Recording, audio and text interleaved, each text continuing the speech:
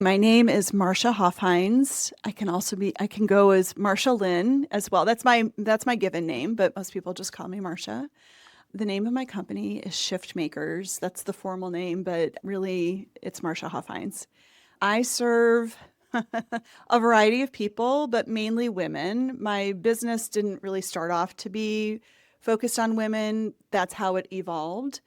Do support men and women in the executive coaching and the yoga space, but mainly women for my wellness programs, retreats, and things like that. Amazing. Yeah. Take me back. What initially drew you to the world of coaching? Give me a quick kind of overview. Yeah, sure. So I've been a yoga professional for 23 years, and I've been leading men and women through becoming yoga teachers for a long time. And part of that I learned early on was that I needed to understand how to coach them. It's really easy to get caught up in relating to people and getting part of their stories, and that becomes extremely exhausting. And what people really need on this journey is someone to help them learn how to find their voice and have confidence in themselves. So I myself hired coaches to help me grow. And then I also went through a coaching program early on to help me really support people, predominantly at the time in the yoga teacher training space.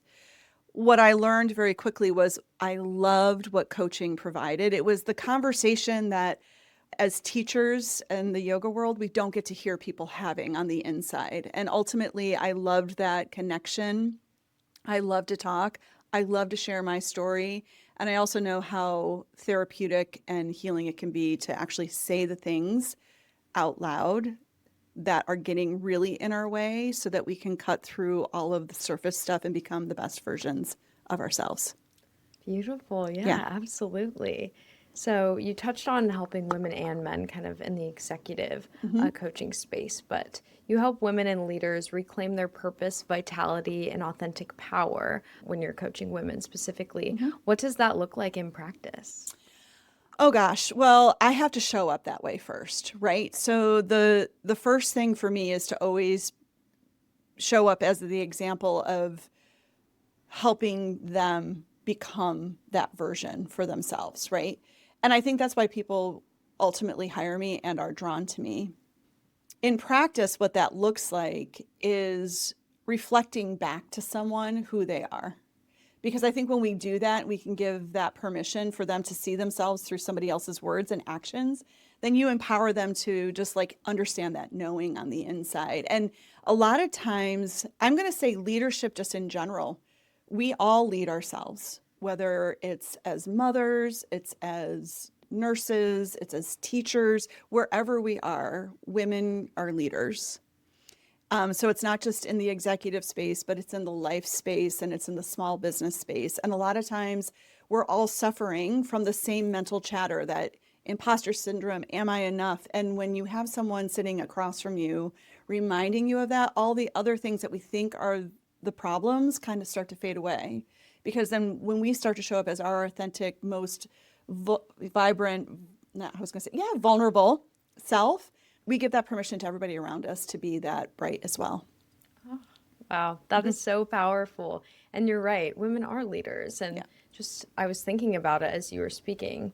Women do tend to step into those leadership roles throughout any aspect of their lives. So it's really like natural within them. I mean, women are the leaders of the home, right? At the end of the day, we kind of organize everything. We take care of it all, right? And I'm not saying that men don't facilitate a role there as well, but just if you look at how we function as a society and as we go to our moms, right?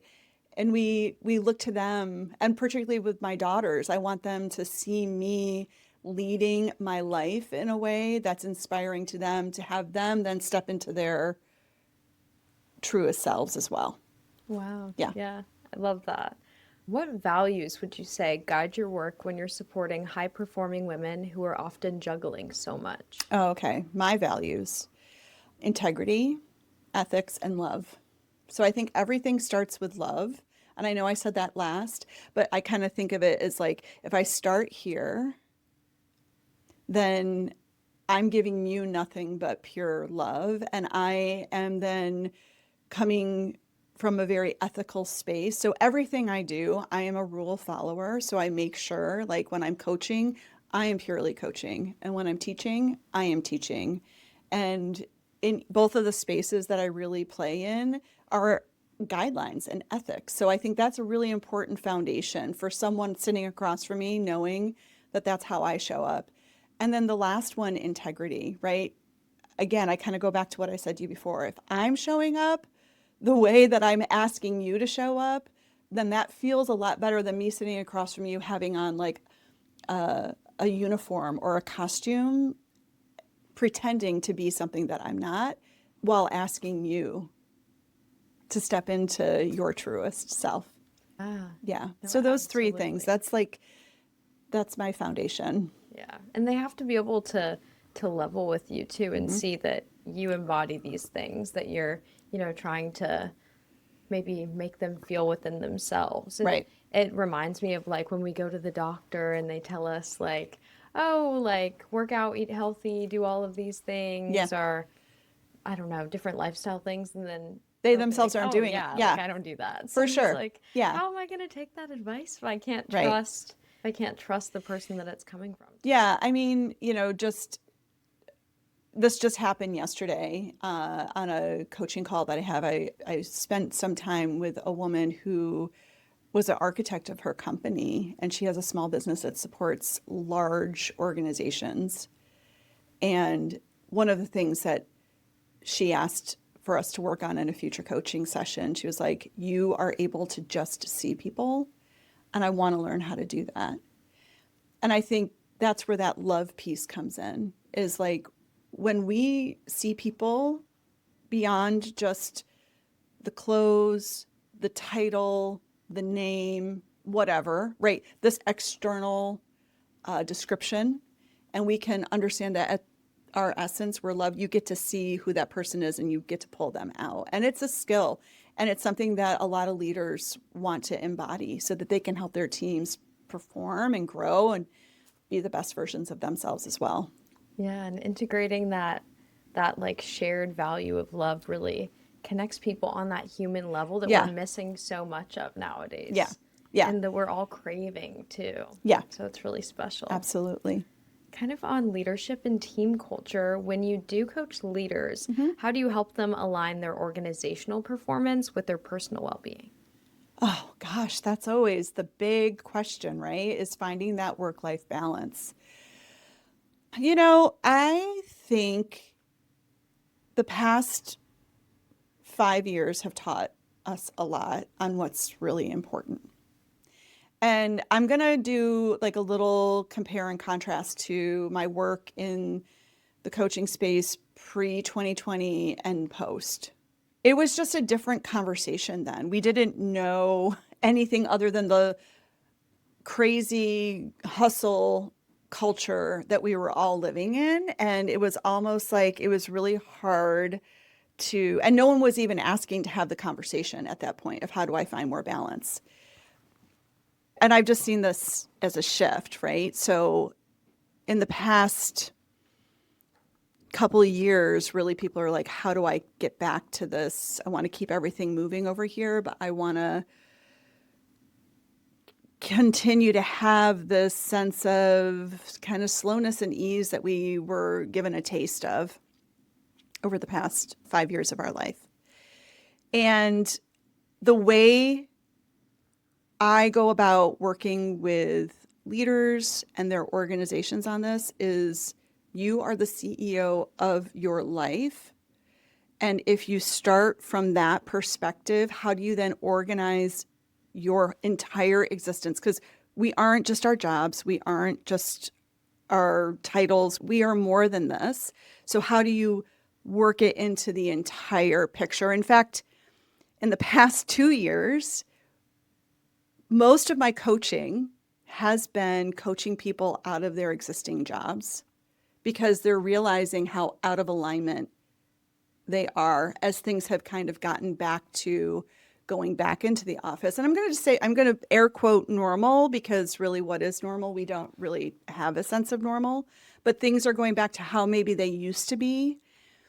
And people are really starting to see like, oh, wow, I have been completely operating outside of something that's really authentic and true to me. So helping them come up with, what are your core values and how is that showing up, and what do you deserve? Who are you beyond your job? So leaders, the top of the organization, have to be actually willing to say, I'm okay if you start coaching people out of my organization, because ultimately at the end of the day, it's going to be better for my organization and it's going to be better for them. So as soon as we can actually just start, I think more people are looking at their people as whole people versus just the person that comes and shows up to work for them. Yeah, that is so powerful. Making that shift to thinking about yourself or thinking about a client as the CEO of their life, Yes. not just the CEO of their company. That's or right. the CEO of whatever work they're doing in the job that they're in the role that they're in. Mm-hmm. Everything changes when you're the CEO of your life, and Right. everything has to kind of work in harmony. So Yeah. Yeah. I love that. I mean, it just goes back to like leading. We're all leading. Mm-hmm. Like, I believe we're all leaders. We don't just have to have some big title to be a leader. And if we show up like, oh, I'm leading, you get to lead. We all just get to lead. And are the people who are leading these organizations, CEOs, vice presidents, whatever title we want to put, they should want their people to be leading as well, right? Yeah, absolutely.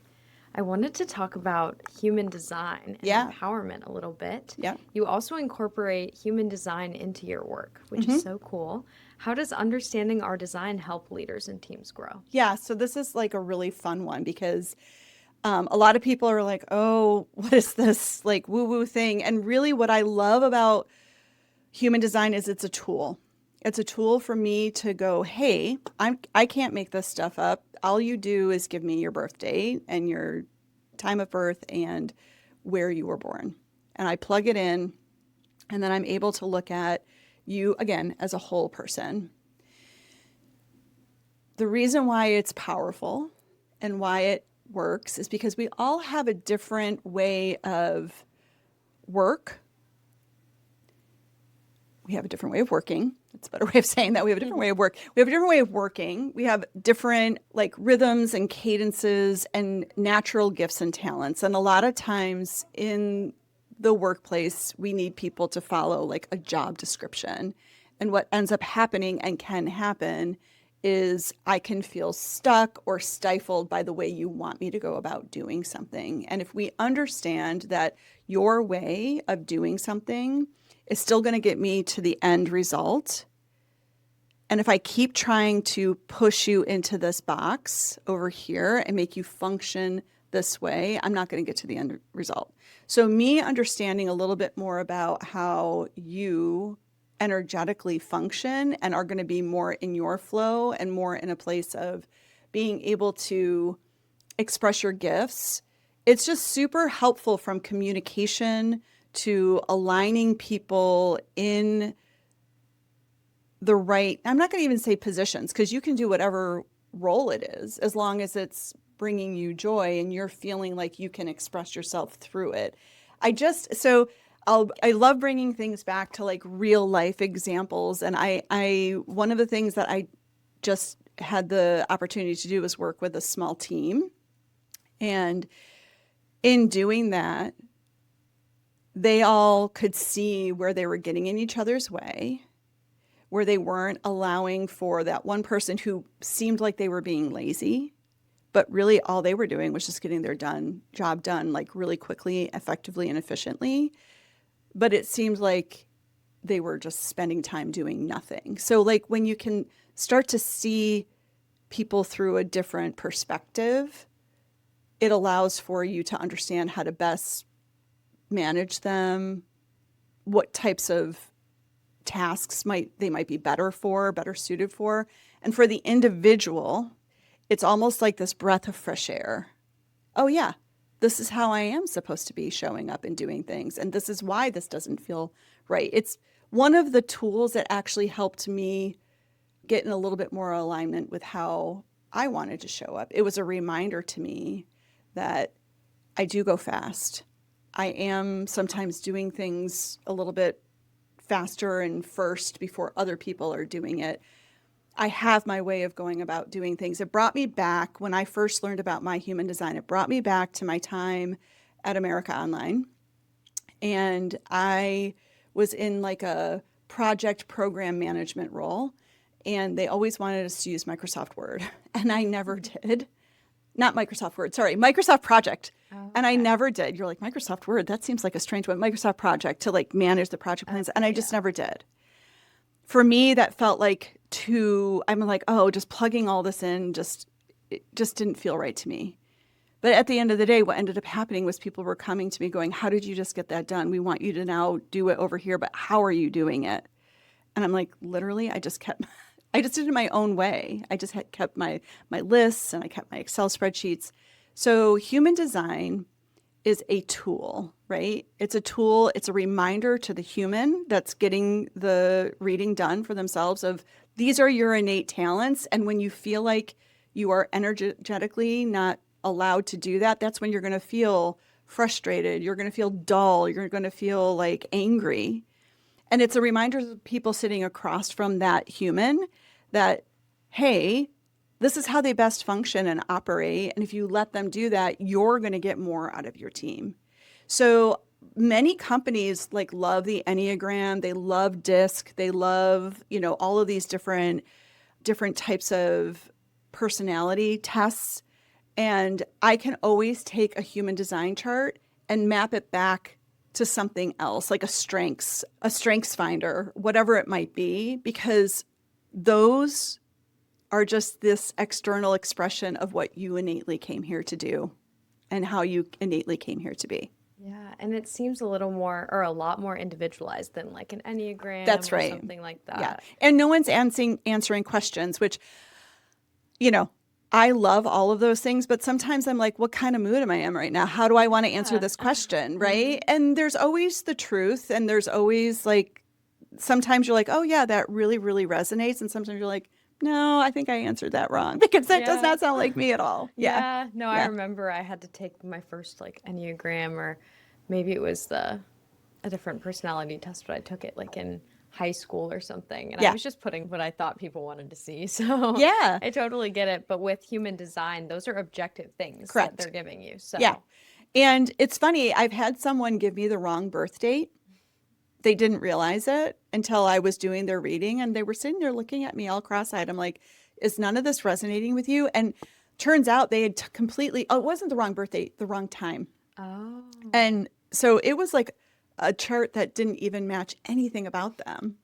And it was funny because then when I finally reread it for them, they're like, oh my God, and it seemed like so much better. So it really is one of those moments where if you don't get it right the first time, you're like, this does not sound like me. This doesn't feel right. Yeah. That's really awesome. It's pretty cool that you dive into human design too. Yeah. I've heard so much about it, but I wasn't as like informed as kind of what you just explained. So I'll have to do some more research. Yeah. And I give a lot of information because I give maybe too much information, but I want people to understand like it's more than just, I don't know how to describe it. It blends astrology. It blends a bunch of ancient arts into one system. And I even think about like astrology too. Those things are just, my husband the other day shared this like thing about Geminis, and it was all about like the shadow side of Gemini. I was like, dude, yeah, this is totally you. Like, and I didn't know, but they can be so revealing. It can just be so revealing of like, oh my gosh, yeah, this is who I am at my core. And I've been hiding because I thought the world needed to see this. So going back to even like leadership and helping women and even men become the most vibrant versions of themselves, if they understand like, oh my God, I am this is who I remember being when I was a kid or in my 20s when like think of like when we're young, we don't have all of these like fears that come over time and these things, these responsibilities. So we're just like like we're just like out there being ourselves, right? And then over time, people ask you, oh, to be a mom or to be a wife or a husband or to behave like insert role and responsibility, right? And we forget about our truest essence. And so if you can start remembering who your truest essence is, then you get to be like the most excellent version of you, no matter what the job title might be. Yeah, and taking away, I'm sure, that like people pleasing that's That's been right. instilled in us for so long Yep. too, and really coming back to what did things feel like when I was a kid? What were these innate things that are just me? That's right. So Yeah. amazing. Yeah. I wanted to touch on your retreats too Yeah. and ask if people walk away from working with you or attending one of your retreats, what's the one feeling or lesson you hope that they carry forward? Well, so that's such a great question. I have no hopes for them. I have to go into all of these experiences neutral because then my worth becomes attached to their outcome. And I'm really careful about that. So, my goal is to provide the most dynamic, thorough, well planned, well thought out retreat, workshop, whatever it is for them, and then let them reflect back to me what they took away from it. Because it's just so I take this coaching mindset across the board with everything I do, even when I'm training people to become teachers. It's going to be what they decide to take out of it. I have retreats where some people come and they go through it the whole week and nothing. And that's okay because they went maybe to just get away for the week and they didn't really come for the personal development and the growth work, right? And then I have other people who step into that space. One woman's really popping into my head. I'm just going to say Emily. I'm not going to give her last name. And if she listens to it, she'll know exactly who I'm talking about. She had never come to a yoga retreat before. She had never stepped on a yoga mat. And that woman transformed her life after that week. That's her story. And I've had other people like literally show up and have like complete opposite experiences because it brought up too much for them. It's, I have to just go, did I provide like what I sold? Did I give it? Did I provide a platform for them to do whatever they needed to do in that moment? And I can let them then share with me their experience. Now, when people walk away and don't have any experience, it's usually just like they had a great time, but they didn't have like this profound internal like shift. I would say most of the time people have a profound internal I'm shift though. sure, I yeah. just don't always hear about it. Yeah. So for me, my hope is that I show up the best I can and provide a space that is safe, and that it's rich and dynamic and it gives enough experiences for them to have a moment that maybe reveals something to them, reminds them of something, or helps them step into something that they've been afraid of, right? So it's a variety of things. And men and women show up. I have men and women coming this year for the first time. Again, my business by design was never meant to solely support women. It's just who gravitates towards me, which is, I love it. But I have men and women coming this year. You know, some are empty nesters for the first time, some are recently divorced, some are trying to figure out their spiritual journey and their connection to a higher power. Some are coming. I have a couple people who just come every year. They're like, I will just be on this retreat no matter what. So everybody comes for something different. So my hope is that I show up in a way that I can just support them quietly. I love that. Yeah. And even the people I'm sure that come and you don't hear about this big transformation Yeah. that they've been through, even those people that seem like they came and just had a good time, I'm sure that just showing up and thinking back even years and years later, Yeah, I've had experiences like that where then it becomes impactful that's when right. I'm thinking about it. So, Well, and that's my whole, literally, you just described my whole line of work. I don't always know right away. Sometimes it is 3 or 4 years later. In fact, right now I'm in the process of recording a podcast series on my podcast with I owned a yoga studio in Charlotte, North Carolina for 5 years, and it was 20 years ago this year that I bought the studio. I bought a failing yoga business and I turned it into a successful yoga business. And I thought it would be fun to like take a walk down memory lane. I didn't know what people thought about me until now, and the words that they're sharing with me and what that space meant to them, right? I could think I knew because of what it meant to me, but I had no idea, right?